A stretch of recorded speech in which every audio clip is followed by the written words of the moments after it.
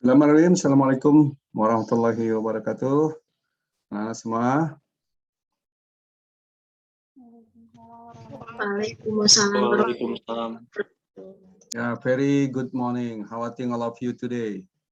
I hope all of you feeling well this morning ya. Bagaimana kabarnya pagi hari ini? Sehat semuanya? Alhamdulillah, Pak. Oke, sehat ya. Yeah, I will share my screen to this topic today. Yeah, I hope you'll be able to see my screen. Sudah bisa dilihat ya semuanya? Okay.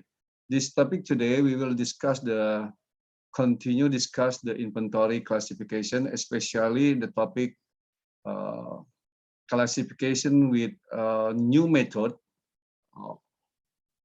I call this method is ABC or Pareto.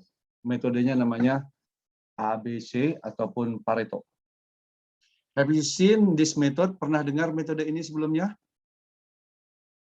ABC? Pernah dengar, anak-anak? Belum, Pak. Belum pernah dengar? ABC, okay? Nah, okay, before we start discuss this method, I will refresh or review our last method last week ya. Oke, saya akan tanyakan ke Grace, what did we discuss or cover last week? Apa yang kita bahas minggu lalu? Apa, Grace? Please unmute your voice. What did we cover last week? Still mute, masih mute. Unmute, Grace. Unmute. Please unmute. Oke. Tentang masalah persediaan, Pak. Specific. Be specific. What topic we discuss? Specific. Apa? Klasifikasi masalah persediaan, Pak. Apa saja? Tentang repetitiveness, itu kayak keputusan persediaan mengacu pada frekuensi pemesanan. Sumber pasokan yang berasal dari sumber pengadaan inventaris. Bagus, terus. Good. Yang ketiga tentang pengetahuan tentang permintaan. Ya, bagus. Yang keempat, pengetahuan tentang penggunaan waktu. Lead time, bukan penggunaan waktu. Lead time.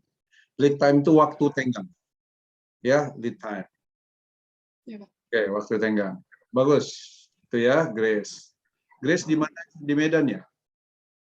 Enggak, Pak. Di Kutacani, Aceh Tenggara, Pak. Oh, iya, lupa aja saya. Kutacani ya. Oke, baik. Ya, Pak.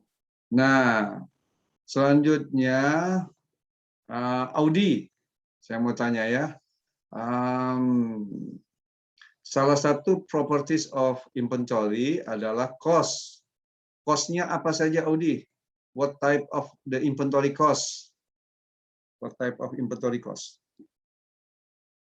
Apa saja? Purchase cost. Terus? Purchase cost, ordering cost. Ya. Terus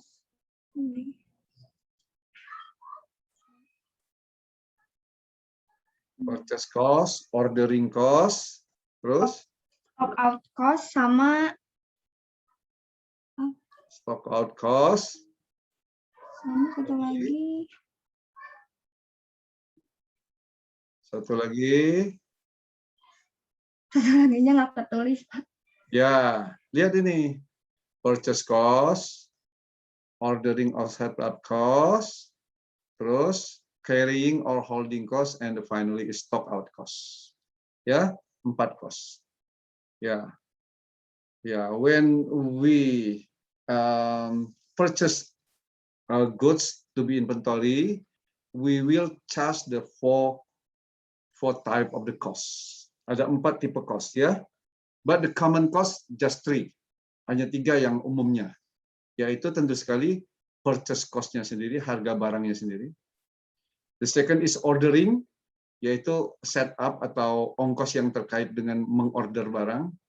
The third is holding or carrying cost, itu ongkos simpan. Dengan bahasa lain, ongkos pesan, harga barang, dan ongkos simpan. Oke ya. This the primary cost, ongkos utama di dalam inventory. This the inventory cost primary. Yeah, when we lost or stock out our cost, our inventory, it will be rise the stock out cost. Akan timbul stock out cost. Jadi stock out cost itu akan timbul bila kita loss atau stock out di inventory. Ya, oke, kekurangan persediaan. Kalau kita kurang persediaan, akan timbul stock out cost. Ya, nah itu inti yang kita bahas minggu lalu, dan bagian terakhirnya itu, ini belum kita bahas gitu. Audi, saya mau cek ini the demand based inventory model ini apakah sudah kita diskusikan? Belum, Pak. Ya, saya jelaskan kembali. Oke. This slide show the demand based inventory model or classification. The inventory look at the demand, melihat demandnya. We divide the 2 type. Kita bagi 2 tipe dari inventory ini berdasarkan demand. Demand itu permintaan ya. Jadi saya ulangi, kalau kita akan mengadakan persediaan, tentu sekali berdasarkan permintaan atau demand. Jadi apa yang memicunya? Memicu kita mengadakan persediaan barang itu? Adanya permintaan. Permintaan dari siapa? Customer. Nah, saya mau tanya nih, Saudara. Bagaimana perusahaan mengetahui the customer demand? Ya, how the company know the demand of customer or customer demand? Siapa yang bisa jawab? Siapa yang bisa jawab? Bagaimana perusahaan mengetahui customer demand? Siti, tahu Siti?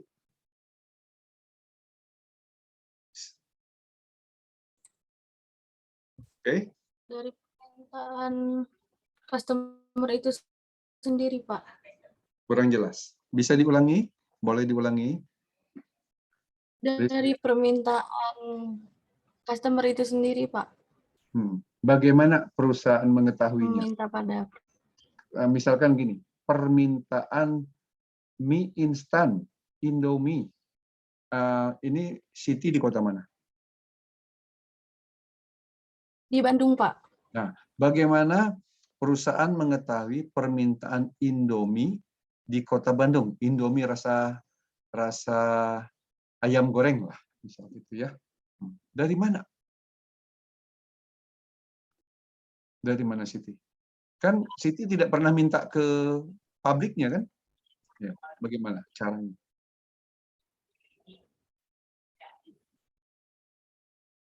Siti. Jaringan saya putus-putus. Sudah jelas ini. Boleh diulangi lagi, Pak? Ya, Fajar ya, saya tanya ke Fajar. Mas Fajar. Oke. Pertanyaan serupa. Jawabannya apa? Kalau dari pendapat saya ya. Ya. Jadi kalau stok barang di customer-nya habis, nah baru tahu berapa cepatnya barang itu akan habis, Pak. Jadi Bukan. kalau barang cepat habis berarti sedang itu. Bukan begitu. Fajar di kota apa? Di kota apa ini? Di Ciamis. Ciamis, oke. Nah, perusahaan kan akan memproduksi Indomie. Yang mudah aja ya, yang sering dimakan ya Fajar ya. Nah, perusahaan ingin memproduksi Indomie. Oke? Dia kan akan mengadakan bahan bakunya atau inventory. Nah, dia akan mengadakan bahan baku ini kan terkait dengan berapa sih kira-kira permintaan Indomie untuk kota Ciamis. Oke, pertanyaannya, bagaimana caranya perusahaan mengetahui permintaan Indomie di Kota Ciamis sehingga dia nanti akan mengadakan persediaan? Bagaimana cara mengetahui demand? Bagaimana cara mengetahui demand? Ini sebenarnya untuk the next topic. Tapi saya tanyakan sekarang ini, mengetahui demand gimana? Cara mengetahui. Oke, Boleh izin jawab. silakan. Dari penjualan di toko, Pak. Kalau stok di toko habis, pasti permintaannya juga banyak.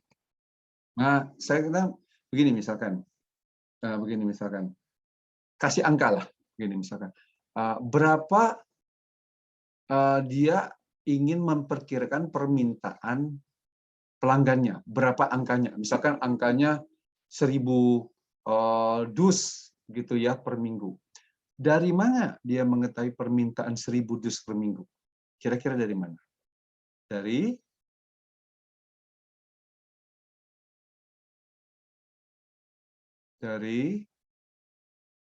jadi dia akan Hasil memperkirakan. analisis pasar ya Pak?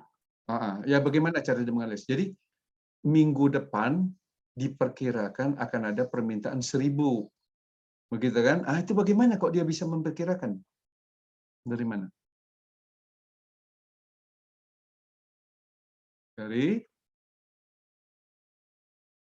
Atau dengan cara? Caranya saja saya mau tanyakan. Mungkin saudara ada yang tahu caranya. Dengan cara melakukan.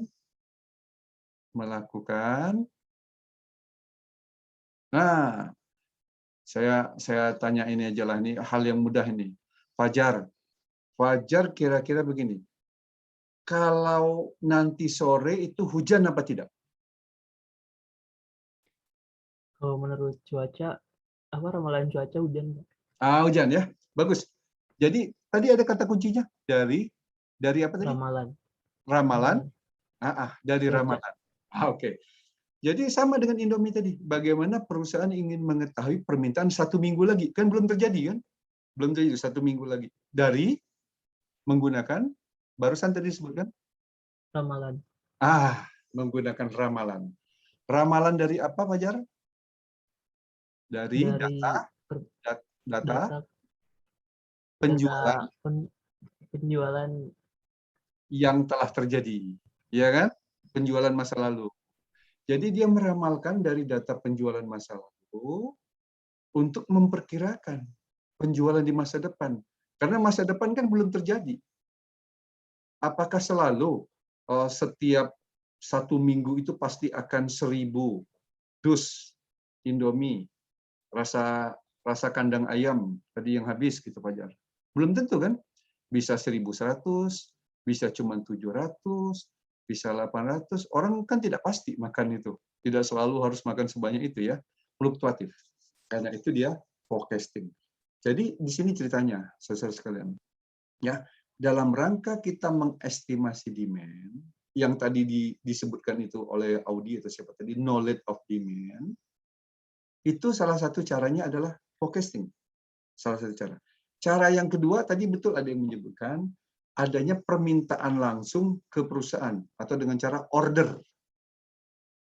Ada yang melakukan order tapi dalam jumlah yang banyak. Jadi ini perusahaan-perusahaan yang sifatnya membuat barang berdasarkan pesanan. Saya bagi dua ya. Jadi ada perusahaan yang membuat barang berdasarkan pesanan. Ada yang membuat barang yang untuk disimpan persediaan kemudian dijual ke pasar. Contoh tadi yang membuat barang kemudian secara mass production kemudian dijual ke pasar. Contohnya tadi mie instan, kemudian minuman-minuman, apalah, minuman mineral dan sebagainya, sepatu, ya sepatu pada umumnya, baju pada umumnya, dan yang lain-lain. Artinya pelanggan tidak pernah order ke perusahaan. Nah, apa yang produk yang perusahaan memproduksi berdasarkan pesanan pelanggan? Contohnya apa? Perusahaan memproduksi berdasarkan pesanan pelanggan. Rana tahu? Apa kira-kira produk apa yang diproduksi berdasarkan pesanan pelanggan. Pelanggannya datang atau ada kontrak, bikin kontrak sama perusahaan. Kontrak untuk bulan depan kami minta disiapkan 1.000 unit. Bulan Desember 2.000. Bulan Januari tahun depan 1.500. Jadi ada kontrak.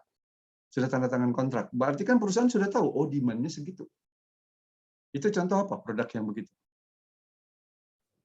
Baju. Baju. Iya. Baju apa? Baju apa, Mbak? Baju. Kalau ini baju yang dipakainya pesan gitu. Iya. Mbak pesan deh. Pesan ke pabrik. Oh. Enggak, enggak. Ya, ya. Gitu yang saya masuk pesan ke pabrik. Saya kasih contoh ya, anak-anak ya. Kasih contoh. Misalkan di Pindad itu ada bikin senapan.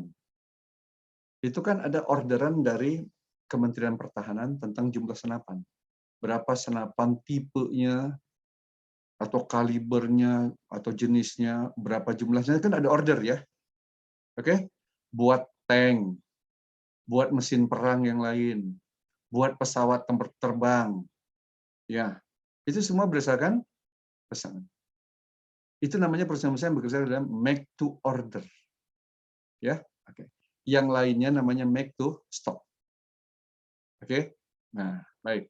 Sekarang kita kembali ke sini ceritanya. Demand. Setelah diketahui demand, maka ini kita bagi dua, divide the two type ya, independent or dependent. Independent itu apa, Indri? Independent? Indri? Iya, Pak. Nah, apa? Independen itu, aduh, apa namanya? Independen.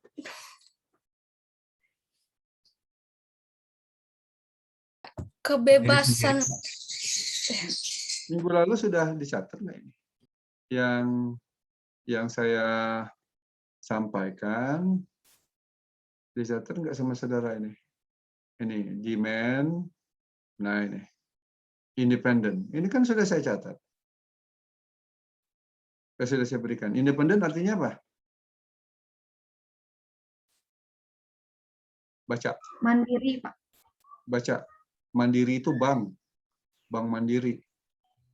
Nah, Indri baca. Indri. Independent demand or demand is not related to another items or the final end product. Artinya permintaan Permintaan yang tidak terkait dengan item lain atau produk akhir, Pak. Nah, ini.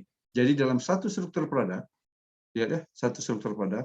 Ini kan struktur produk digambar seperti struktur organisasi. Misalkan produknya ini adalah kursi. Jadi artinya apa? Kursi tidak bergantung kepada permintaan sandal jepit. Ada hubungannya nggak, Indri? Permintaan kursi sama sandal jepit? Ada hubungan nggak? Di unmute ini. Suaranya di unmute dulu. Nggak Tidak, ada, Pak. Nah, jangan dimatikan dulu. Jangan dimatikan. Indri, nah, tidak ada Ya, ya? Pak. Tidak ada ya. Kita diskusikan dulu ya. Tidak ada. Oke. Itu namanya independent demand. Permintaan satu barang dengan barang lain tidak ada hubungan. Kursi dengan sepatu, kursi dengan meja, kursi dengan lemari, kursi dengan mobil. Independent. Sekarang yang dependent, baca Indri, dependent. Dependent demand an item or a component, subassemblies, raw material, Subassemblies. subassemblies, raw material related to the parent. Nah, berhubungan dengan induk. Induk. Ini kalau kita sebut begini, ini struktur produk. Kursi, yang paling atas kursi. Kursi terdiri dari jok atas dan jok bawah. Jok bawah terdiri ada kaki kursi. Kaki kursi ada sepatunya. Nah, jadi sebuah produk kita bisa gambar strukturnya kan? Betul nggak? Mau Ya, bikin Pak. laptop, mau bikin mobil, sepeda, dan sebagainya bisa kita gambarkan strukturnya. Oke? Nah, komponen-komponen ini yang disebutkan ini. Komponen-komponen yang warna-warna biru ini tergantung dari atasnya. Kasih contoh. Saya kasih contoh ya. Kalau satu kursi, Indri, punya berapa sepatu? Satu kursi. 2. 4. Ada yang roda 4. Iya, ada sepatu. Ya, kursi semua kakinya kan 4. Berarti sepatunya ada 4. Oke? Satu kursi butuh 4 sepatu umumnya ya. 4 sepatu. Ada juga yang 5 mungkin, tapi ini yang 4 ya.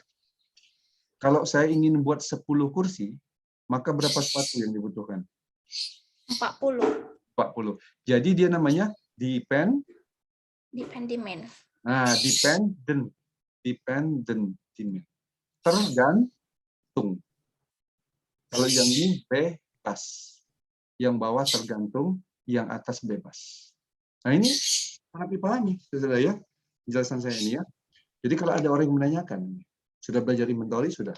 What is the independent demand and dependent demand? Bayangkan struktur produk. Ya, imagine the product structure.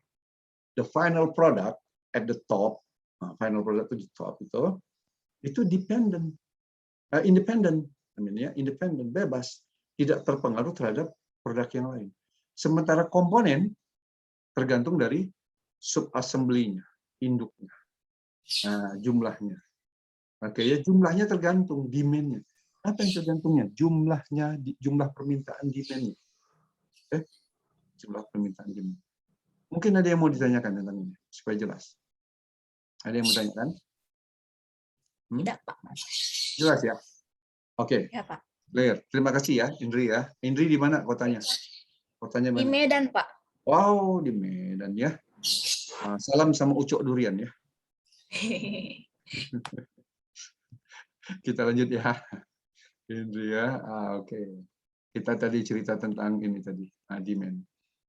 Jadi kalau dia independent demand, yang tadi final product ya, maka dia dibagi menjadi fixed order size model. Ini kan namanya model. Model itu metode untuk memecahkannya. Fixed order size system and fixed order interval. Jadi ada dua metode, namanya metode berdasarkan pemesanan, order, misalnya gini, pemesanan tetap, order size, fixed order size, pemesanan tetap, ada yang berdasarkan fixed order interval, interval pemesanannya tetap. Namanya yang ini namanya EOQ, yang ini namanya EOI, Economic Order Interval, Economic Order Quantity. Oke, ini akan kita bahas lebih lanjut nanti ya. Ini baru pengenalan aja dulu. Pengenalan ya. Oke, nanti ini next topic kita akan bahas. Kalau dia dependent demand, maka related dengan mata kuliah yang kita bahas, kita akan bahas dua, yaitu Material Requirement Planning and Distribution Requirement Planning. Dua ini, MRP and DRP. Terkait dengan topik, terkait dengan mata kuliah kita inventory yang satu semester ini, kita akan bahas MRP and DRP. Sebelah kirinya kita akan bahas EOQ and EOI. Oke? Ini ya model untuk pemecahannya. Kemudian, saudara, lihat gambar ini. Salwa, lihat gambarnya, Salwa terlihat? Terlihat, Pak. Terlihat ya. Salwa di kota apa? Lupa saya. Di Bandung. Di Bandung. Di mana? Di Setiabudi. Setiabudi. Oke, Setiabudi ya, Salwa. Kita lihat. Inventory. Wah, ada ayam ya di rumahnya, Salwa? Punya tetangga, Pak. Oh, ya. Nanti itu ayam adu atau ayam hias atau Gak tahu, kayaknya ayam adu deh, Pak. oh ya, suaranya bagus ya. Oh, itu. Oke. Nah, kita lanjutkan. So, ya. Inventory phenomenon. Fenomena inventory. Apa fenomena inventory? Ya, we divide the three type. we divided to three types, or we classification, okay, sorry ya, we classification to three types.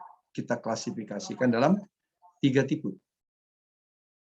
Jadi saudara mempelajari inventory harus tahu ini dulu. Ya. Kalau ditanya orang belajar inventory, coba sebutkan fenomena inventory. Harus lancar saya jawab, ada 3 fenomena inventory. Pertama, Faiz ya. Faiz fenomenanya. Apa sebelah kiri namanya yang warna hijau? Faiz. Coba baca, Faiz. Deterministic. Ya, coba yang lancar bacanya. Deterministic. Deterministic. Nah, deterministic. Deterministic. Bahasa Indonesianya pasti. Ya, pasti. Apanya yang pasti? Permintaannya.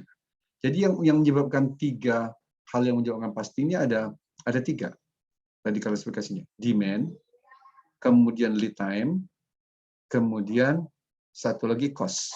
Tapi kalau cost itu biasanya pasti. Orang tidak mau probabilistik ya cost itu. Jadi kalau kita misalkan beli barang, Faiz beli barang, kontrak, kan pingin tahu ya berapa harga barang itu ya. Betul nggak? Betul nggak Pak Faiz? Pingin tahu kan harga barang, tidak mungkin begini. Ini berapa harga barangnya? Ya ini mungkin minggu depan akan naik, kemungkinan akan naik 10%. Tapi bisa juga turun 5%. Jadi tidak pasti, ini sebenarnya berapa harganya. Gitu ya. Nah, tetapi kalau permintaan, mungkin dia fluktuatif. Yang kita sebut, ada fluktuatif, ada tetap. Kalau permintaannya itu tetap, sepanjang waktu, di mana S itu apa Pak Is? Coba di unmute Pak Is. Suaranya. Oke, jangan di mute dulu ya. Kita diskusikan. Deviation standard of demand or lead time. Deviation standar, standar deviasi. Anak-anak tahu nggak standar deviasi itu apa? Standar deviasi. Standar deviasi. Tahu nggak standar deviasi? Hah? Nggak tahu ya? Enggak, Pak. Nggak tahu ya? Sudah belajar statistik belum nih? Saudara sudah belajar statistik belum? Sudah, Pak. Sudah ya? Ini harusnya tahu standar deviasi. Jadi itu adalah ukuran dari sebaran data. Sebaran data dari titik pusat. Nah, kalau rata-rata, ukuran titik tengahnya kan? Titik tengah. Nah, kalau standar deviasi itu adalah ukuran yang menunjukkan sebaran dari data tersebut. Deviasi standar. Artinya kalau sebarannya itu sama dengan 0, apa artinya? Datanya itu sama dari waktu ke waktu. Misalkan hari pertama 10, hari kedua 10, hari ketiga 10, hari keempat 10, hari kelima 10. Pak Is, ada 5 hari ya. 5 hari semuanya 10. Rata-ratanya berapa Pak Is? 10. 10, betul kan? 5 kali 10 dibagi 5 gitu ya. Betul. Rata-ratanya 10. Standar deviasinya berapa? Masih 10 berarti, Pak. Salah, 0 standar deviasinya. Standar deviasi itu rumusnya adalah S sama dengan akar XI dikurang X bar dikuadratkan dibagi N-1. XI-nya kan data yang pertama 5, data yang pertama 10. 10 dikurang 10 berapa? Pak Is. 0, Pak. 0. Dikuadratkan 0. Ditambah data yang kedua 10 dikurang 10. 0.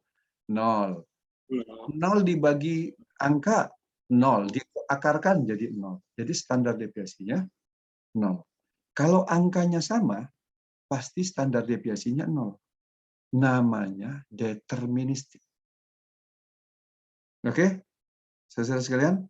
Jadi apa itu deterministik? Itu fenomena statistik yang menunjukkan bahwa standar deviasinya dari data itu 0. Sehingga dia kejadian yang disebut pasti. Pak Is, saya tanyain begini Pak Is. Contoh kejadian yang pasti di dunia ini ya. Nah, coba saya tanya, apa contohnya kejadian yang pasti di dunia? Perang Dunia II. Oh, itu sudah terjadi. Maksudnya yang besok juga halnya seperti itu juga gitu. Besok kan nggak ada Perang Dunia Kedua. Kejadian pasti. Besok hari Sabtu. Besok hari Sabtu. Lusa tapi nggak hari Sabtu. Kejadian yang pasti. Contoh kejadian yang pasti. Hari ini, besok, lusa, dan seterusnya sama terus. Saya kasih contoh ya Pak Is ya. Kalau tadi pagi matahari terbit dari mana Pak Is? Dari timur. Timur. Kalau besok rencananya matahari mau terbit dari mana itu? Timur, Pak. 1000 tahun yang lalu dari mana? Timur. Nah, 100 tahun yang akan datang dari mana? Timur. Nah, berarti itu kejadian yang pasti. yang pasti. Oke, kalau Faiz ini di rumahnya melemparkan bola ke atas, jatuhnya ke bawah. Pasti nggak itu? Pasti, Pak. Berapa kali pun Faiz melakukan percobaan, jatuhnya ke bawah kan? Betul kan? Iya, Pak. Itu namanya kejadian yang deterministik. Deterministik. Itu ya. Ada banyaklah contoh, ribuan atau jutaan contoh yang lain yang kejadian yang pasti. Ya, Faiz ya? Oke. Sudah paham ya, Faiz ya? Oke. Iya, Pak. Sekarang gantian Neng Audi nih, yang punya mobil mewah. Neng Audi. Pak. Mana mobilnya sudah dicuci belum? Amin. Sudah ya. Amin. Musim hujan harus cuci terus ya. Nah, probabilistik Audi. Kalau yang deterministik itu kejadian yang pasti. Kalau probabilistik lawannya apa Audi? Kejadian yang Tidak pasti. tidak pasti. Kalau tidak pasti itu standar deviasinya berapa nih Audi? Coba lihat. Standar deviasinya Lebih dari 0. Standar deviasinya lebih dari 0 atau besar dari 0. Contohnya angkanya begini. Data pertama 10, data kedua 11, data ketiga 8, data keempat 7, data kelima 11, data ke-6 misalkan 9. Berapa data ke-7? Gimana Pak? Nggak pasti kan berarti. Nggak pasti kan? Data. Nah, nggak akan tahu pasti kan? Tapi kalau setiap hari datanya 10, 10, 10, 10, 10, 10, 10, terus data berikutnya 10 juga. juga deterministik. Tadi terbitnya di timur terus. Nah. Jadi kalau demand kita itu fluktuatif, nih lihat tangan saya nih, fluktuatif begini, Audi ya, fluktuatif, kan fluktuatif kan naik turun. Itu namanya probabilistik, kemungkinan ke depannya nggak tahu persis nih berapa nih angkanya. Ya kan? Nggak bisa exactly maksud saya. Berkemungkinan. Ya mungkin 10. Mungkin juga 10,3. Probabilitas. Ya. Nah, cuman bisa didekati gini. Dia probabilitas mengikuti distribusi, misalkan distribusi normal, distribusi eksponensial, atau distribusi yang disebut Poisson, binomial, yang lainnya. Mengikuti distribusi statistik. Nah, ada lagi nih satu sekalian dengan Audi lah. Yang datanya itu uncertainty. Uncertainty itu certain apa kalau certain Audi? Certain. Pasti, Pak. Pasti, ya, pasti atau tertentu gitu ya. Kalau uncertainty itu tak tentu. Tak tentu disebut ya, tak tentu. Dan distribusi probabilitasnya tidak diketahui dengan pasti. Ini kejadian-kejadian yang jarang-jarang terjadi dan tidak bisa dipastikan juga terjadinya kapan. Apa contohnya, Audi? Kejadian-kejadian yang tidak pasti dan jarang-jarang terjadi lah. Entah 100 tahun sekali, 50 tahun sekali, dan nggak bisa tentukan waktunya kapan terjadi. Contoh. Pandemi kali ya Pak. Kayak pandemi kan. Pandemi. nggak bisa Enggak bagus. Pandemi. Ya, Gerhana, Pak. gerhana. Oh, kalau gerhana dia bisa sudah dihitung exactly. Sudah dihitung terjadinya kapan. Contoh yang lain tuh gempa bumi. Ada yang bisa memprediksi, Audi, gempa bumi kapan terjadi? nggak ada Pak. Ah, nggak ada. Apalagi ya yang belum bisa terdeteksi gempa bumi. Mungkin tsunami. Tsunami bisa diprediksi nggak kapan akan terjadi tsunami? Besok atau lusa di Laut Jawa? Bisa kan? Nggak bisa ya. Belum ada ya. Ah, itu namanya uncertainty. Ada permintaan barang mungkin yang uncertainty, yang dikaitkan mungkin dengan kejadian-kejadian bencana. Oke, baik saudara. Ini untuk pengantar bahwa fenomena inventory kita bagi dalam 3 kategori. Ya, dari ketiganya ini nanti yang deterministik itu ada statik, ada dinamik. Kita akan menghitung gitulah ya, menghitung kebijakan inventory berdasarkan dari 3 fenomena. Oke, next kita beranjak kepada topik yang berikutnya ini, yaitu namanya the inventory classification, ABC atau Pareto. Nah, Pareto ya, ada namanya Pareto. Alivia, kalau baca ini namanya Pareto. Kalau ada Pareto, maka ada Bu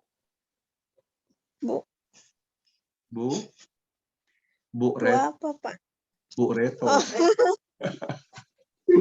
Ya, kalau ada Pareto, ada Bu Reto gitu ya.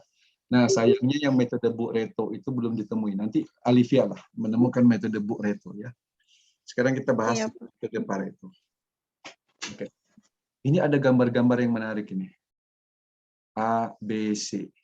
ABC. Nah, ini bukan belajar mengeja ya, ABC. Terus kemudian 20% effort, 80% result. Akan kita bahas nanti ya. Nah, ini menarik dari konsep ABC ini. Ada Pareto Principle. Nah, Pareto Principle. 20% of the input, time, resource, effort, account for 80% of the output result. 20% tapi berdampak terhadap 80% hal yang besar. Gitu kan? Dia kecil tapi dampaknya besar. Gitu, kira-kira begitu. Oke. Sekarang kita lanjutkan dulu dengan ceritanya begini. Pareto analysis is the formal technique useful yang digunakan where di mana many possible causes of action are competing for attention. Nah, diceritakan di sini many possible cause, penyebab-penyebab yang mungkin itu ya, are competing for attention. Ada banyak penyebab. Oke. Sesuatu persoalan itu ada banyak penyebab. Tapi kita mau cari yang for attention. Mana yang menjadi penyebab utama? Ya, menjadi penyebab utama. Itu mau kita cari. Misalkan terjadinya banjir di satu tempat. Banyak penyebabnya. Tapi pertanyaannya, apa penyebab utamanya? Pareto bisa bantu. Teknik Pareto bisa bantu. Ya, begitu. Pareto analysis is creative way of looking, suatu metode yang kreatif lah ya, at the cause of problem, mencari akar penyebab masalah, because it helps stimulate thinking, akan menstimulasi pemikiran, and organize thought. Jadi pemikiran, organisasi, dan akan menstimulasi ya, menstimulasi pemikiran. Jadi ini suatu metode kreatif. Oke, metode kreatif ya. Kita lihat nanti kreatifnya gimana. This technique help to identify, membantu mengidentifikasi, to the top portion. Nah, ini kata kuncinya, top portion of causes. Tadi kan disebutkan, banjir, ada banyak penyebab. Ya. Nah, kita ingin tahu, we want to know what is the top portion. Apa yang menjadi top portionnya, porsi utamanya. Oke, that need to be addressed to resolve, yang akan kita selesaikan nanti ya, to be addressed, yang akan kita cari solusinya untuk diselesaikan dari banyak persoalan. Jadi kalau saudara punya banyak persoalan, ada sebuah persoalan, pasti ada banyak penyebabnya. Cari apa penyebab utamanya. Oke. Selanjutnya, once the predominant cause are identified, setelah kita bisa mengidentifikasi penyebab utamanya, then tool like, kemudian kita akan gunakan ini metode lanjutannya, namanya adalah Ishikawa diagram or fishbone analysis. Jadi metode ini akan digunakan, Ishikawa dan fishbone analysis can be used to identify the root causes of the problem. Akan mengidentifikasi akar penyebab masalah. Jadi fokus utama dari Pareto ini mencari penyebab utamanya dulu. Apa penyebab utama? Setelah itu dilanjutkan dengan metode yang lainnya nanti, namanya fishbone or Ishikawa, yaitu untuk mencari akar penyebabnya. Ya, akar penyebabnya. Nah, sekarang kita lanjutkan ini, prinsip Pareto yang penting. While it is common to refer to Pareto, prinsipnya ini as 80-20 rule. Nah, 80-20 rule under the assumption that is all situation. Untuk ya situasi umum lah, begitu ya. Pendekatannya 80-20. Apa artinya gini? 20% of causes, 20% penyebab itu ya, determine 80% of problem. 20% yang utama ini tadi, yang top of the portion tadi, itu bisa menyelesaikan 80% persoalan kita. Ya. Nah, ini kan prinsipnya begini, Saudara. Kalau kita punya ada sebuah persoalan, kita harus cari mana dari persoalan itu penyebabnya yang sekitar 20%, tapi dia bisa menyelesaikan 80% persoalan kita.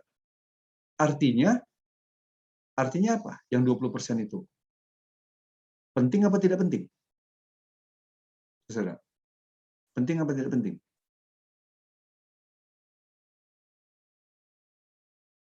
Gini, saya tanya begini ya. Coba saya tanya ke Grace nih. Saya tanya Grace. Grace, misalkan gini. Grace, bisa dengar Grace? Bisa, Pak. Gini, misalkan Grace punya persoalan. Misalnya, punya persoalan adalah IP-nya turun. Itu kan problem ya, IP-nya turun. Nah, menurut Grace harus cari. Kan penyebabnya banyak ya. Sebutkan faktor-faktornya. Penyebabnya. Satu. Nilai UAS-nya menurun. Ya, penyebabnya apa itu? Penyebabnya misalkan penyebab IP turun itu sehingga tidak lulus mata kuliah itu apa? Satu. Tidak sesuai dengan KKM, Pak. Tidak sesuai dengan, ulangi, tidak sesuai dengan? Tidak sesuai dengan nilai KKM. Contohnya KKM-nya 70. Mungkin nilai Grace dapatnya di bawah 70 gitu, Pak. Oke. Kedua. Yang kedua, ya itu Pak salah satunya. Mungkin nilai Banyak. UAS, UTS, Ini saya presensinya. kan IP kita turun satu. Nilai itu karena gagal mata kuliah. Oke, gagal mata kuliah. Terus tidak ikut ujian. Betul nggak? Bisa? Oke. Apalagi Grace? Presensinya tidak 100%, Pak. Maksudnya kehadirannya tidak sesuai. Terus, apalagi? Belajarnya gimana? Rajin apa tidak? Belajarnya menurun, Pak. Menurun. Oke. 4 ya. 5.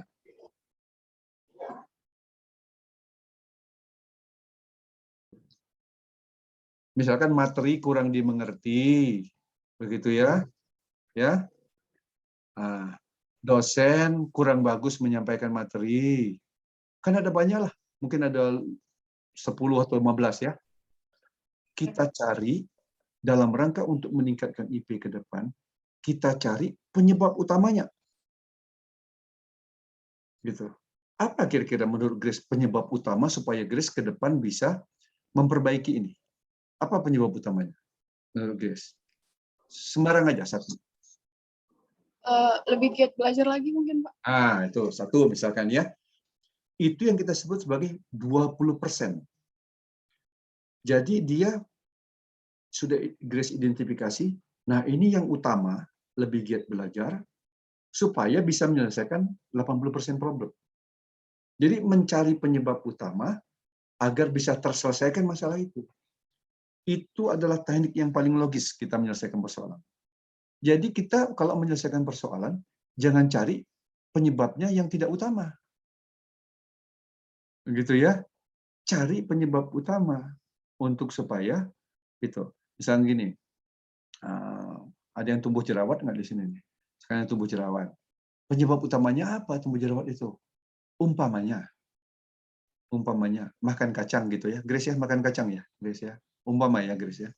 Makan kacang. Apa yang mesti dilakukan? Mengurangi makan kacang, Pak. Itu. Jadi mencari penyebab utamanya. Jadi jangan makan kacangnya tetap banyak, cuma cuci muka yang banyak. Cuci muka itu bukan penyebab utama. Ya kan? Penyebab utamanya adalah makan kacang. Itulah teknik Pareto.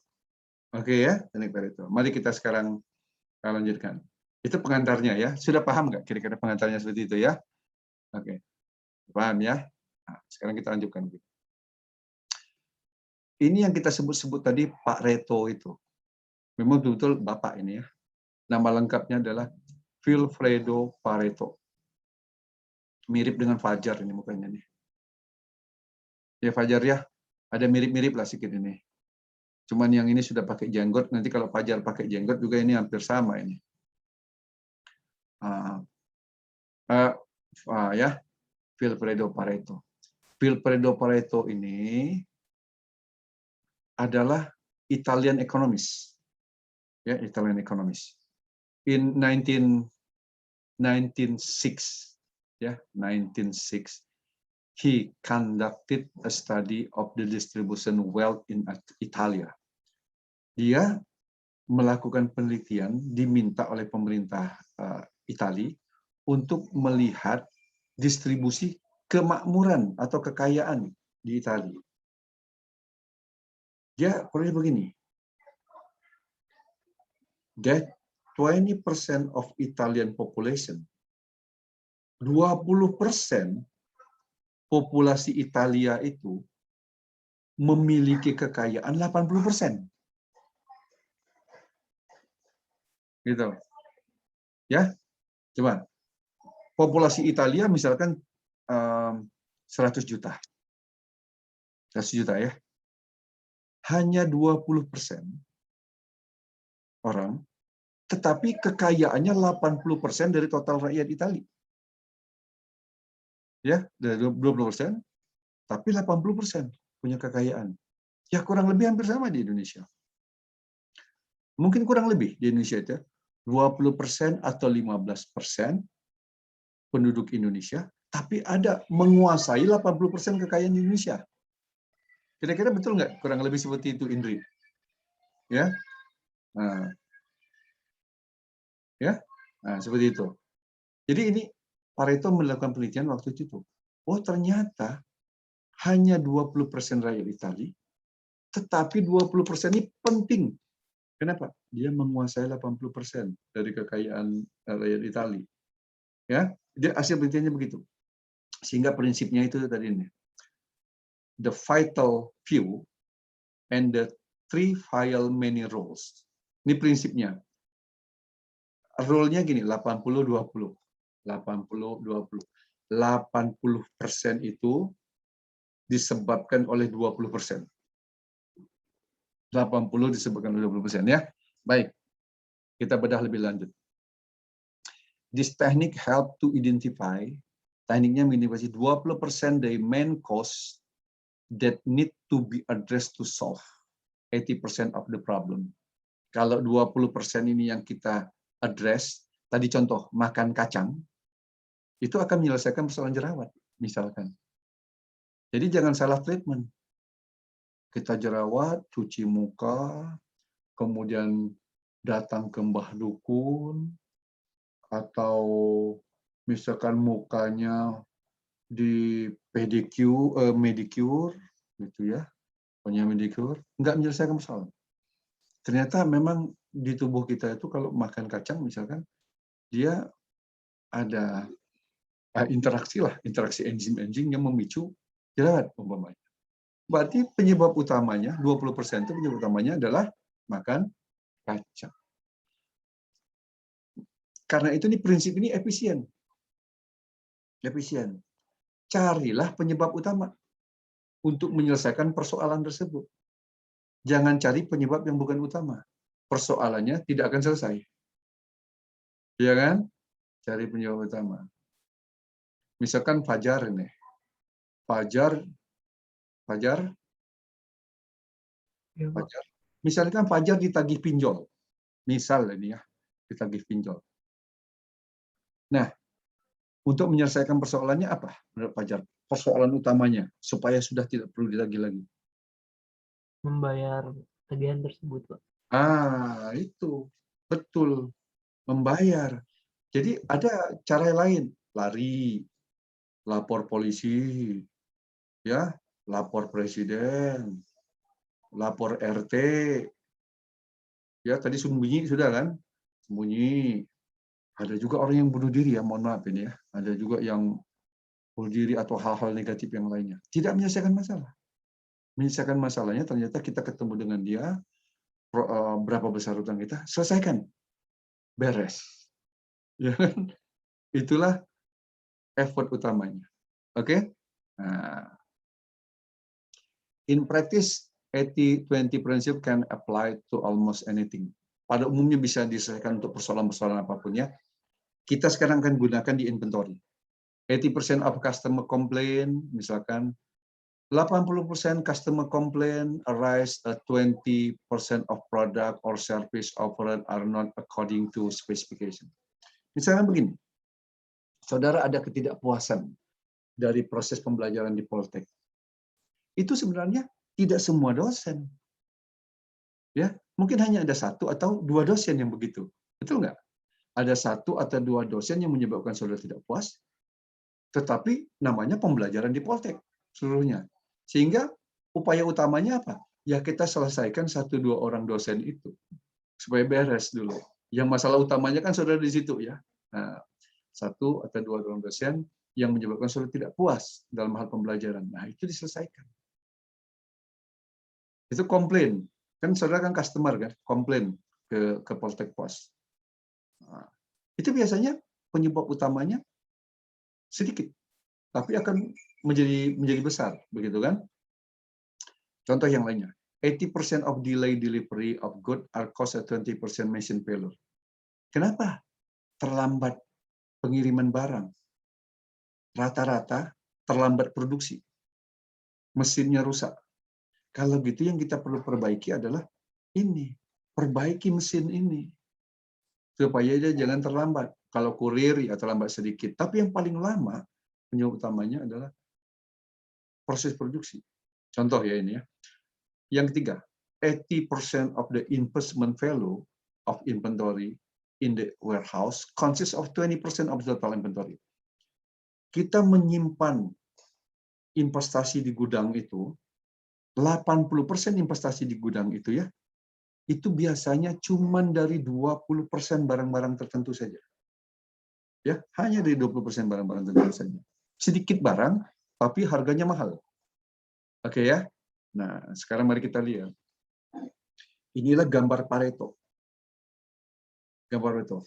Jadi gambar Pareto itu spesial. Kalau saudara melihat gambar yang lain, gambar-gambar diagram batang itu berbeda dengan Pareto. Pareto itu digambarkan harus begini. Dia gambarkan apa? Masalah utama ditempatkan di kiri. Nih, masalah utama ditempatkan di kiri. Ya, masalah utama di sini ya. Nah, ini utama atau masalah yang sangat penting, biasa, kurang penting, sangat kurang penting. Jadi diurutkan dari masalah sangat penting sampai yang kurang penting. Nah, jadi kalau kita ingin menyelesaikan masalah, ini yang mana mau diselesaikan? Ada B, D, A, E, C. Fadila, pilih yang mana? Pilih yang mana mau diselesaikan? Yang diselesaikan dulu. The first priority. Fadila. Yang B, Pak. Nah, yang B. Bagus, itu prinsip Pareto. Karena itu kalau kita punya masalah, saudara, susun berdasarkan Pareto.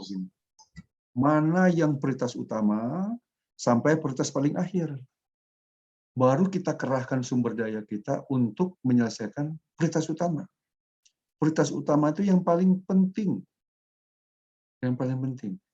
Dia itu biasanya akan menyelesaikan 80% dari persoalan.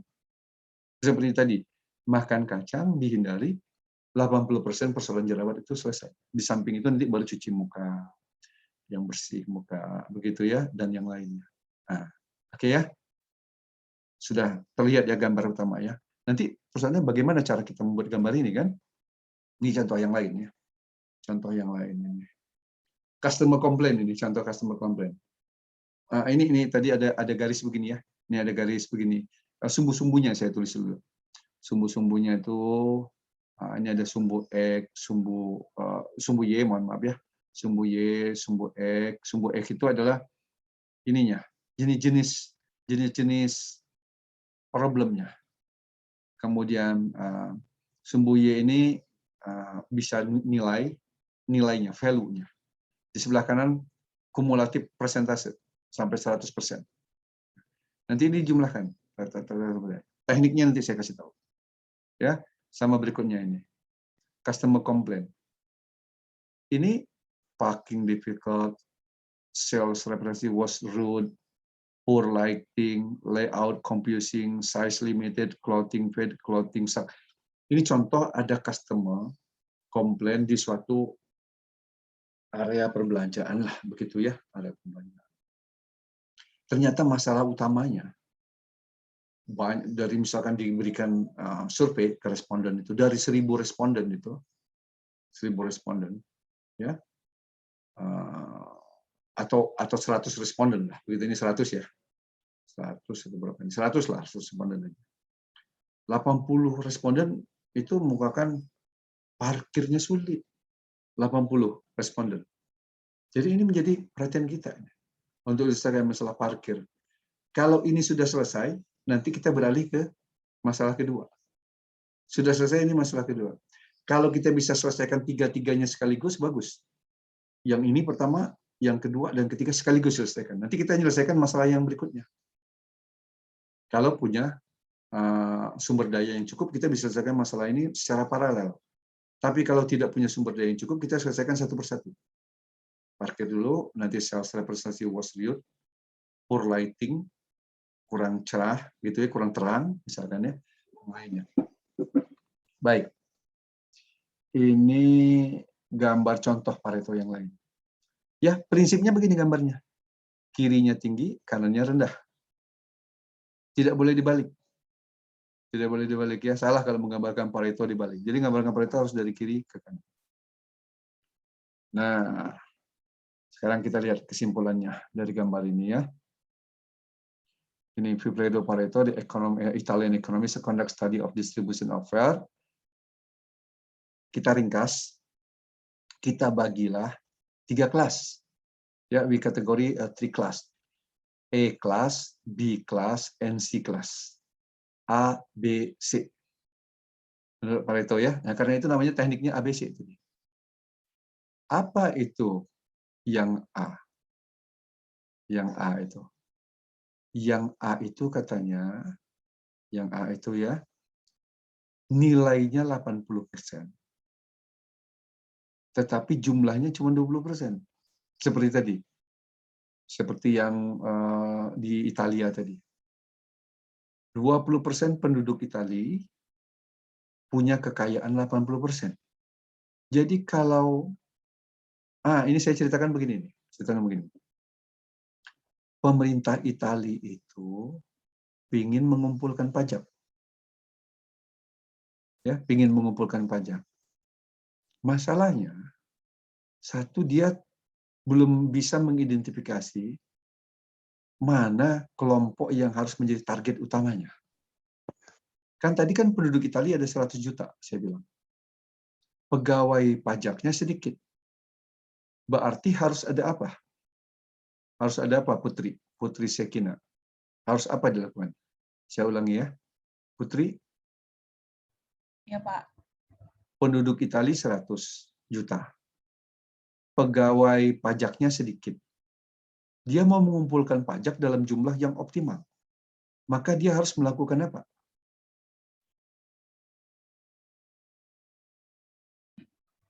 Nambah ini, Pak, apa? Pegawai. Nah, ini tidak menambah pegawai. Pegawainya tetap.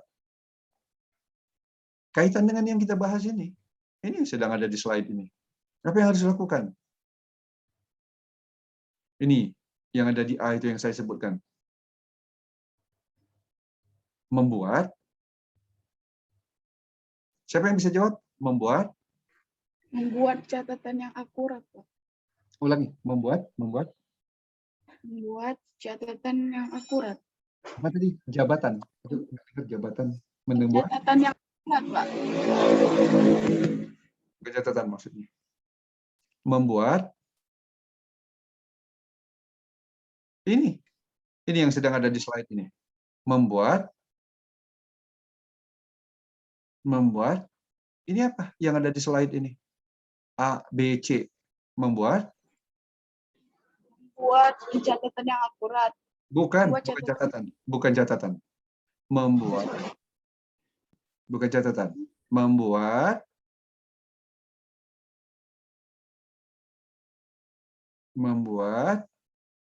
Kelas. ini apa ini? A, B, C itu apa? Klasifikasi. Klasifikasi dari penduduk Italia itu. Dia kan jumlahnya kan terbatas. Maka harus diklasifikasikan. Coba saya tanyakan. Dalam jumlah pegawai yang terbatas itu kan harus menyasar orang yang bisa memberikan kontribusi pajak yang tinggi kan? Gitu kan? Maka dia kan harus klasifikasikan. Apa yang diklasifikasikan? Coba diklasifikasikan. Orang yang mana yang mau disasar dia? Orang yang mana mau disasar? Coba Pak Is, orang yang mana mau disasar? Orang yang di kelas A, kelas B, atau kelas C? Pak Is kemana? Ya, Pak. Nah, kelas A, kelas B, atau kelas C? Yang disasarnya, Pak. Makanya dinyalakan itu on cam-nya, harus on cam biar bisa komunikasi. Pak Is mana ini Pak Is nih? Ini Pak lagi ngajarin adik. Buat sasarannya ke yang itu, Pak. Ke yang itu, yang mana? Aduh. Yang A. Ke yang mana? Ke yang kelas A. Kelas A. Oke, bagus. Yang ke kelas A. Kelas A itu apa? Yang mengontrol, Pak. Yang punya volume yang lebih besar, 80%. 80%, volumenya lebih besar, volumenya 80%, dan jumlahnya? Dan jumlahnya lebih banyak. Enggak, ini jumlahnya, ini ada angkanya nih. Jumlahnya? Oh, jumlahnya sedikit. Ini angkanya berapa? 20. 20%. Oke ya? Nah, Oh, ya, saudara-saudara dengerin ini. Dengerin ya. Prinsip dari Pareto tuh membagi berdasarkan kelas. Kelas A, kelas B, kelas C. Yang penting itu kelas apa?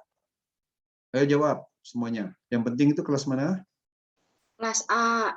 Nah, kan sesuai gambarnya nih ya. Kelas A. Apakah itu kelas A? Kita lihat. Kelas A itu, lihat ini grafiknya. Ini sumbu Y kan, persentase dolar. Ya, sumbu X-nya. Nih, inventory item. Sekarang kita masukkan ke inventory aja ya. Inventory item. Kelas A itu apa? Kelas A itu nilainya, ini kalau saudara lupa ini saya kasih volume atau nilai aja ya. Atau value gitu ya. Value pakai bahasa Inggris aja. Value. Nah.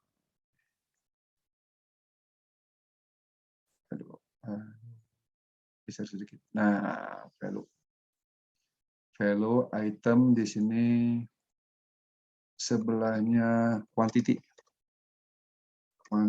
QTY aja. QTY itu quantity ya. Nah, quantity. Oke. Saya ulangi ya. Apa itu kelas A? Kelas A itu adalah nilainya, value-nya 80%. Kuantitinya cuma 20%. Jadi kebayang oleh saudara ya, jumlahnya sedikit, tapi nilainya tinggi. Mudahnya begitu. Coba diulangi, Giva. Kelas A itu jumlahnya. Giva Nursal Fitri. Giva dengar. Naufal. Ya Pak, dengar Pak. Nah, coba ulangi. Saya bacakan dulu ya. Kelas A itu nilainya 80%, tetapi jumlahnya hanya 20%. Oke, ulangi. Kelas A itu value-nya 80%, ya, tapi itemnya cuma 20%. 20%. 20%. 20%. 20%. Ini kok geser ya? Sebentar dulu. Mana tadi? Persentase itemnya. Oke. Kan persentase item, persentase value ya. Bagus. Itu kelas A. Nilainya berapa tadi, Noval? 80 Pak. Jumlahnya cuma 20. Nah, jumlahnya sedikit tapi nilainya tinggi apa enggak? Besar. Tinggi. Ya. Nah, itu kelas A. Itu yang harus kita lakukan apa? Very tight control and accurate record. Jadi kita harus melakukan kontrol atau pengendalian yang ketat terhadap barang A ini. Noval, kita lanjut Noval. Noval? Ya Pak. Lanjut baca kelas B. Kelas B. Value-nya gimana? Value-nya 15. Persen, jangan lupa. Ya. Value-nya 15%, tetapi itemnya 30%. Lebih tinggi kan? Lebih tinggi ya? Lebih tinggi. Dari atas. Ya. Kelas C. Kelas C, value-nya 5%, namun items-nya 50%, Pak. Lebih tinggi juga. C dengan A itu berbanding apa? C dengan A itu berbanding? Terbalik, Pak. Bagus sekali. Berbanding terbalik kan? Jadi ya, C dengan A itu berbanding terbalik. Yang C itu nilainya kecil, tapi jumlahnya banyak. Ya. Nah, sekarang begini nih. Siapa yang suka makan ikan? Rana suka makan ikan nggak? Rana suka makan ikan? Rana suka ya? Suka. Oke, kita misalkan ikan ya sekarang ya. Misalkan ikan ini supaya gampang. Kalau kelas A itu ikan apa? Ikan gurame. Yang besar. Salmon. Salmon masih kecil ikannya. Yang besar harganya mahal. Di Jepang itu jadi rebutan. Ikan apa coba? Kaviar, Pak. Enggak, bukan kaviar. Ikannya besar. Ikan tuna, Pak. Ah, itu ikan tuna ya. Oke. Kasih di sini. A itu ikan tuna. Nah, ini.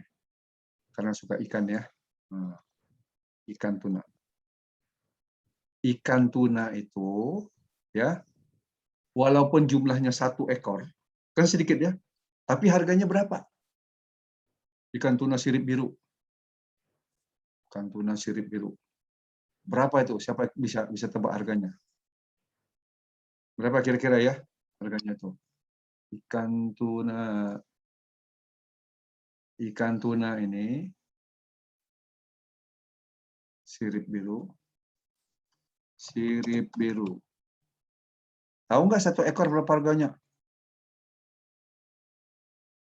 Ada 2 miliar, kurang lebih ya. 2 miliar. 1 ekor 2 miliar. Oke ya. Jadi cuma 1, tapi harganya 2 miliar. Oke. Rana? Oh, Rana. Ya, Pak. Nah, kelas B itu ikan apa kira-kira? Mau dikasih nama. Yang harganya lebih murah, tapi jumlahnya lebih banyak. Kenapa? Salmon. Salmon agak lebih mahal. Yang agak murah dikit lah. Gurame. Gurame, ikan laut.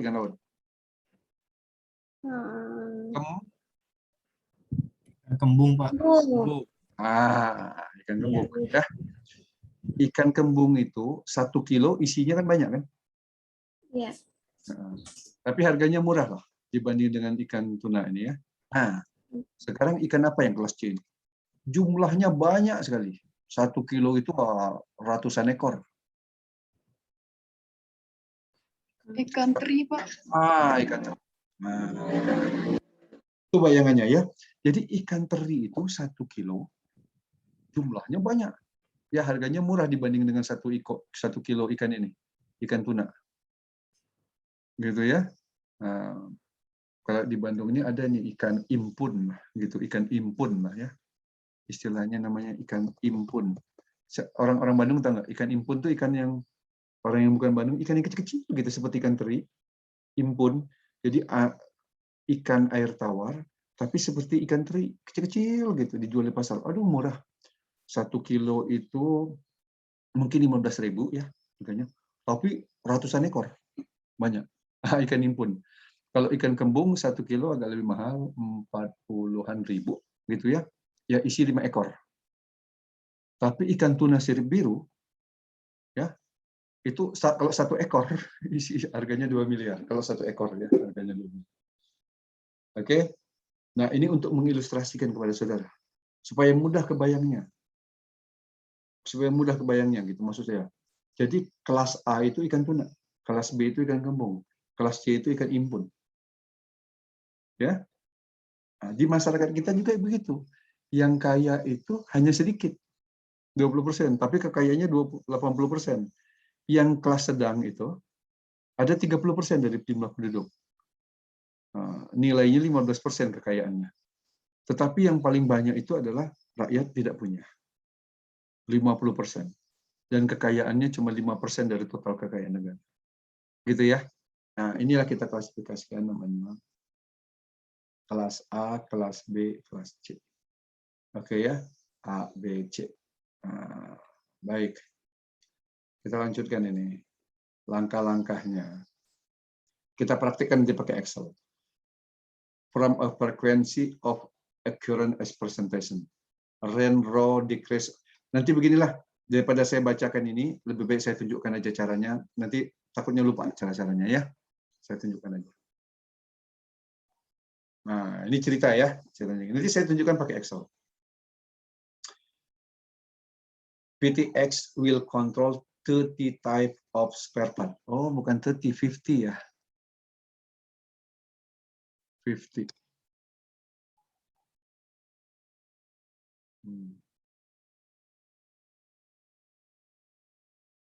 Okay.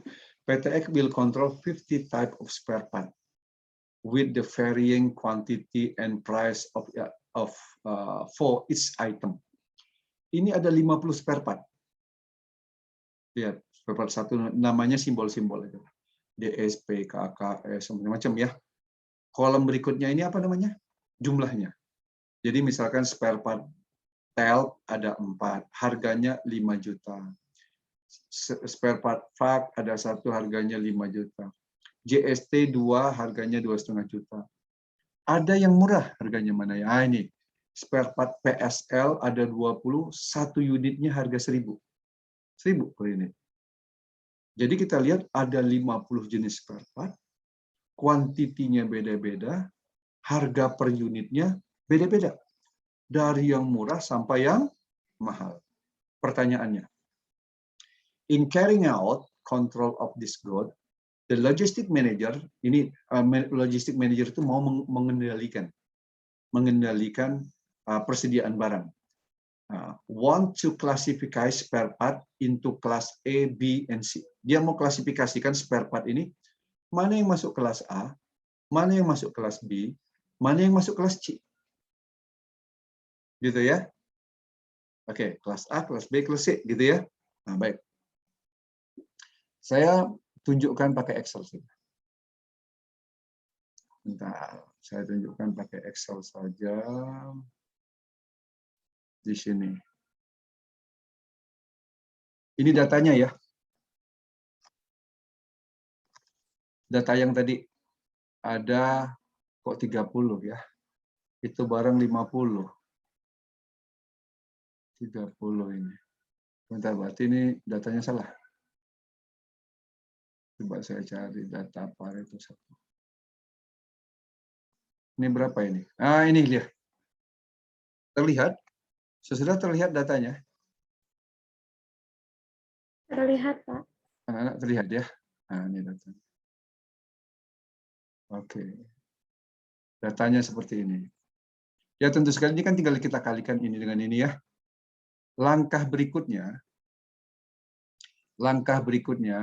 ini saya akan hapus dulu ya. Hapus dulu.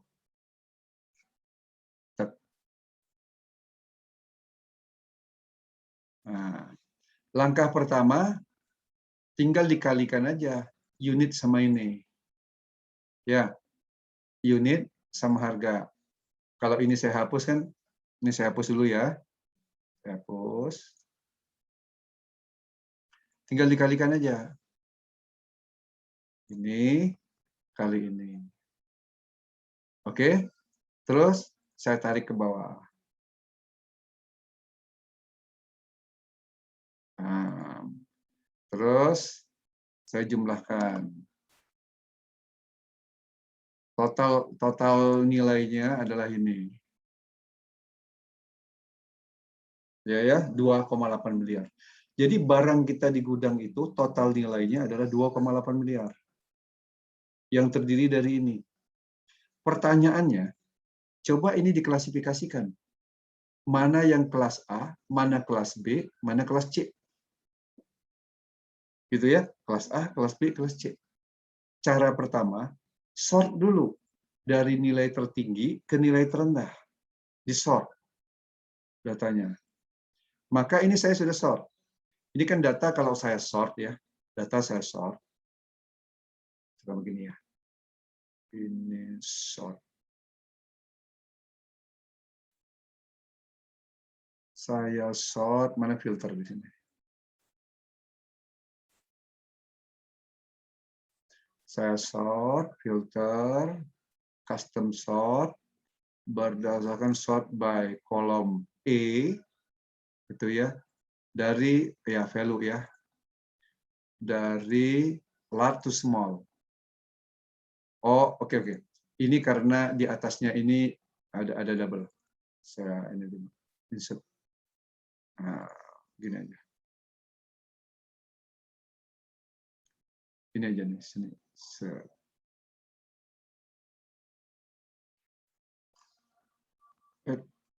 Di sort. Sort. Custom sort. Kolom BEE value large to small. Sudah terlihat kan? Saya sort ya. Betul nggak? Terlihat ya? Dari yang nilainya tertinggi, di sort sampai yang terendah. Itu langkah pertama, pakai Excel. Bisa kan semuanya nge-sort ya? Dari Fajar bisa kan? Fajar ya? Insya Allah. Bisa kan? Dikalikan kemudian di sort dari tinggi ke rendah. Nah, terus saya pindahkan ke sini. Ini nilainya dari yang tinggi ke rendah. Yang tadi saya sort, saya taruh di sini. Oke, sekarang bikin kolomnya. Kumulatif, total, persentase kumulatif, kemudian kategori. Oke, ini kategorinya katakanlah belum ada dulu ya, nanti kita unmerge. Oke, gini ya. Nah, kemudian perhatikan saudara, lanjutnya kita buat ini yang kumulatif.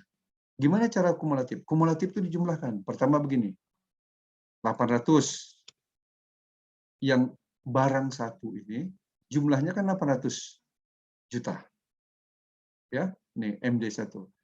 Kalau MD1 ditambah MA2 berapa jumlahnya? Berarti 800 ditambah 640. Itu kan? Saya ulangi. Barang MD1 tambah MA2 itu 1440. Ini namanya kumulatif.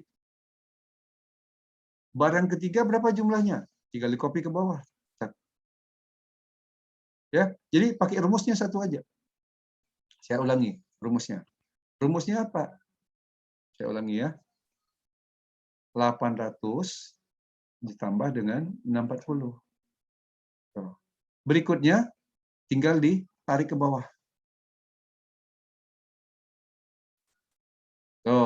Nilainya kan sama. 2826, ini 2870, 70. Sama kan? Sama. Ini namanya kumulatif total. Dikumulatifkan. 800 tambah 640. 140 tambah 450. Ini tambah ini. Artinya, kalau 3 barang, ini 3 barang,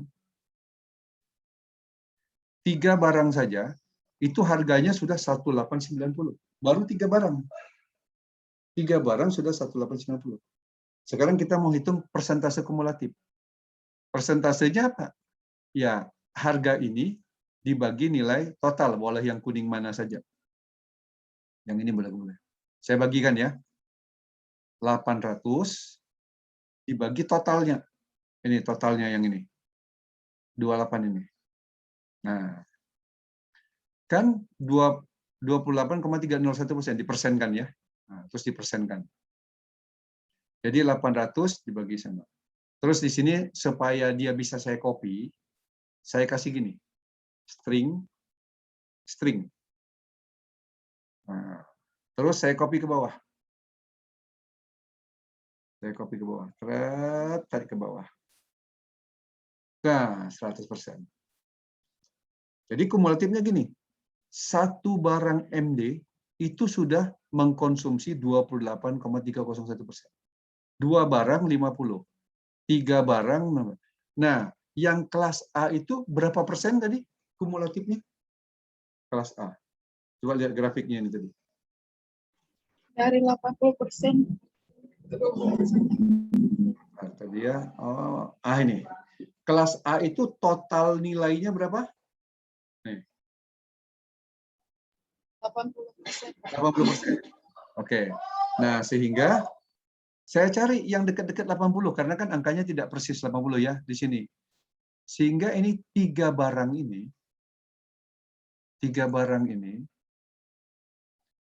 kurang lebih nilainya 80% ini kan totalnya. Nah, 3 barang ini saya merge jadi kelas A. Gitu. 3 barang nilainya 80%. Kalau kelas B nilainya berapa? 15%. 15%. Oke. Sekarang saya balik lagi ke Excel. Berarti 80 tambah 15 kumulatifnya jadi berapa? 80 tambah 15. Cari angka 95-an. Begitu ya. Nih. Nah. Saya kasih ini warna. Nah, ini adalah kelas B. Ini isinya 5%. Dari 95 dikurang 81, ya kurang lebih 15%. Berapa 95 dikurang 81? 14 kan? 14% ya. Nah, ini 14%. Kalau yang ini berapa jumlahnya ini? Berapa persen ini jumlahnya? Lihat kumulatifnya ini. Audi ini berapa persen jumlahnya? Kelas A ini. Kumulatifnya. 80, Pak. 81. Ya, Ya. 81. Ya. Kelas B berapa persen? Kalau kelas B isinya 14. 14%. Bagus. Nah, sisanya tidak usah dihitung lagi. Ini kelas C, yaitu 5%. Ini kelas C. Ya, kelas C. Jadi dari 95 ke 100 kan 5%. Betul nggak? 100 dikurang 95, 5% cuman. Ini kelas C. Nah, dengan demikian kita sudah bisa mengklasifikasikan ada kelas A, kelas B, kelas C. Dengan demikian, barang yang di gudang yang mesti diperhatikan, inventory barang kita yang di gudang mesti diperhatikan, ini yang kelas A ini. Perhatian utama. Kenapa? Barang ini jumlahnya sedikit, tapi nilainya paling mahal. Barangnya jumlahnya kan cuman, kalau itemnya jumlahnya 4. Nah, kalau jumlah sebenarnya barangnya itu, ya bisa kita lihat di sini. Kalau MD1 itu kan ada 4. MD1 ada 4. MA2 itu ada 8. Oke. GP2, GP2 itu 1. Oke. MSPRT 1. Mana MSPRT 1 ini? Oh, ini ada 1 jumlahnya. 1. Ya. Jadi kalau jumlahnya berapa sih ini? Sedikit kan? 4 ditambah 8, 12. Nah, barang A itu jumlahnya cuma 14 buah. 14 buah. Ya, 14 unit. Barang A itu jumlahnya 14 unit. Oke. Tetapi jumlah total barang ini ada 447 kan? Jumlah total barang kan ada 447. Maka ini persentasenya begini. Di sini itu jumlahnya 447. 447. Maka persentasenya adalah 4 dibagi ini. Berapa? 0,1 saya persentasekan. Persentase. Nah, terus saya taruh tengah-tengah lah ya. Taruh tengah-tengah. Ini itu, ini saya kasih string supaya dia bisa di-copy ke bawah. Ya. Nah, ini saudara. Jadi barang kelas A itu totalnya 81%, jumlahnya cuma sedikit ini. 3% untuk kasus yang ini. Iya kan? Nah, barang A itu jumlahnya cuma 81%, tetapi kumulatifnya sendiri, tapi dia jumlahnya cuma 3%. Saya ulangi. Jadi kelas A ini jumlahnya cuma 3%. Atau total 14 buah, tetapi harganya paling mahal, 2.290.000 atau 80%. Kelas B lebih murah lagi. Nah, dari sini digambarkan grafiknya. Ini gambar grafiknya. Kelas A itu 88 Angkanya kurang lebih 88 tadi ya, 88,837 kelas A. Jumlahnya sedikit nih, cuma 3% kelas A. Kelas B setelah dihitung ya, ada file yang lain sudah saya hitung. Dia cuma 6% tadi ya, 6 atau 7%. Tapi jumlahnya lebih banyak. Nah, kelas C ini yang jumlahnya banyak, jumlah barangnya banyak itu lebar kan, tetapi nilainya kecil, cuma 5%. Kalau demikian kita di gudang yang perlu kita kendalikan dengan baik, ada yang kelas A ini. Kenapa kelas A ini? Karena harganya mahal. Maksud dikendalikan dengan baik itu apa? Putri Salsabila. Kalau barang ini ditaruh di gudang, persediaan ini ditaruh di gudang, maka barang ini harus bagaimana di gudang? Mana ini?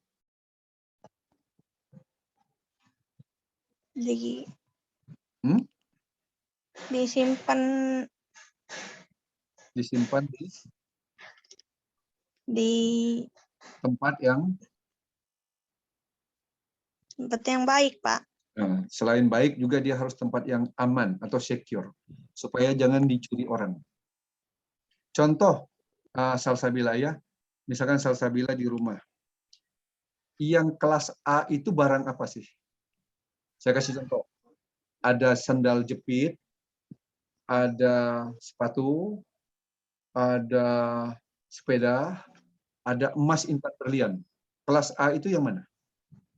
Emas. Emas. Kalau emas ditaruh di pinggir jalan aja simpennya bagaimana? Dicuri, Pak. Nah, dicuri. Atau emas ditaruh di misalkan kalau sandal jepit itu biasanya ditaruh di teras ya. Teras ya, saya bilang. Kalau emas ditaruh di teras diambil orang.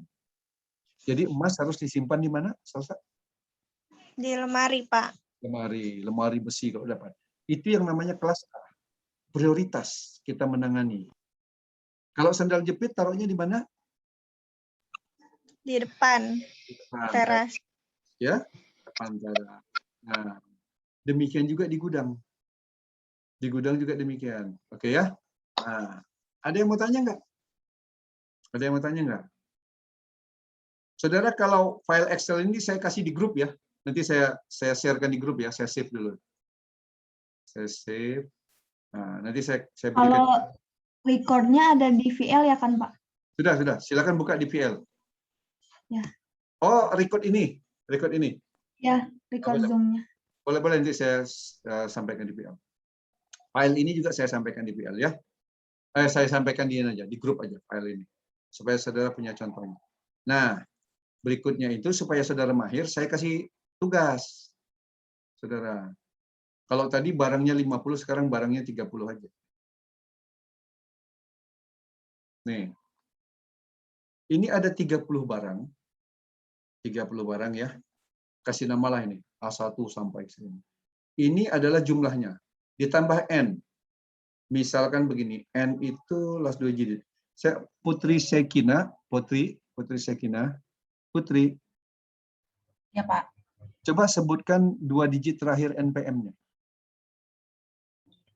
2 digit, Pak. Nah, 03. 03. Ya. 03 ya.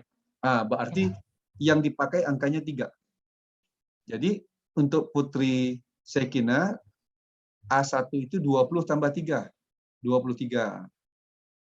45 tambah 3. 103 tambah 3. 10 tambah 3. 2 digit. Kalau bagus, berapa NPM terakhirnya 2 digit terakhir? 16, Pak. 16.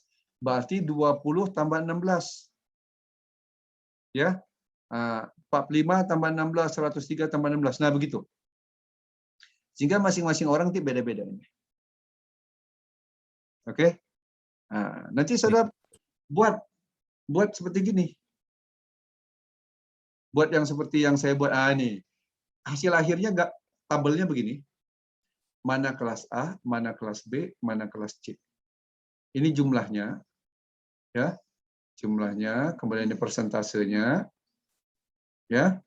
Nah, kemudian gambarkan grafiknya. Manual boleh digambarkan. Mau pakai Excel boleh digambarkan.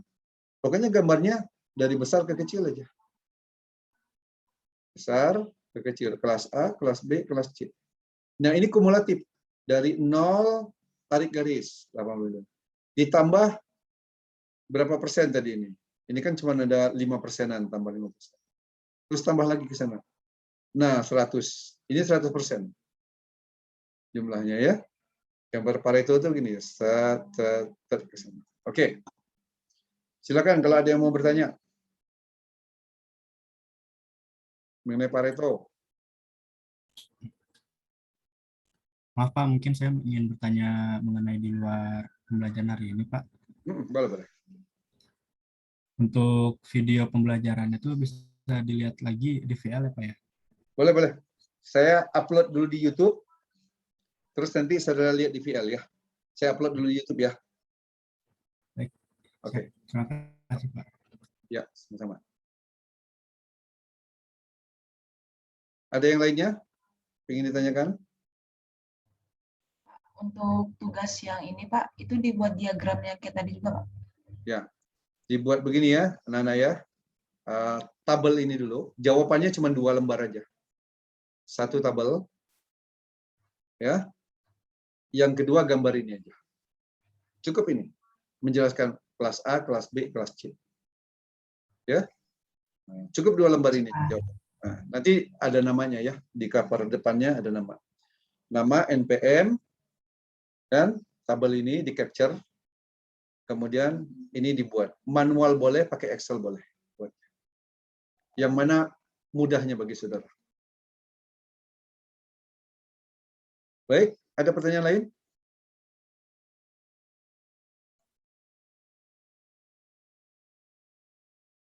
Cukup ya, saudara, kalau tidak ada pertanyaan.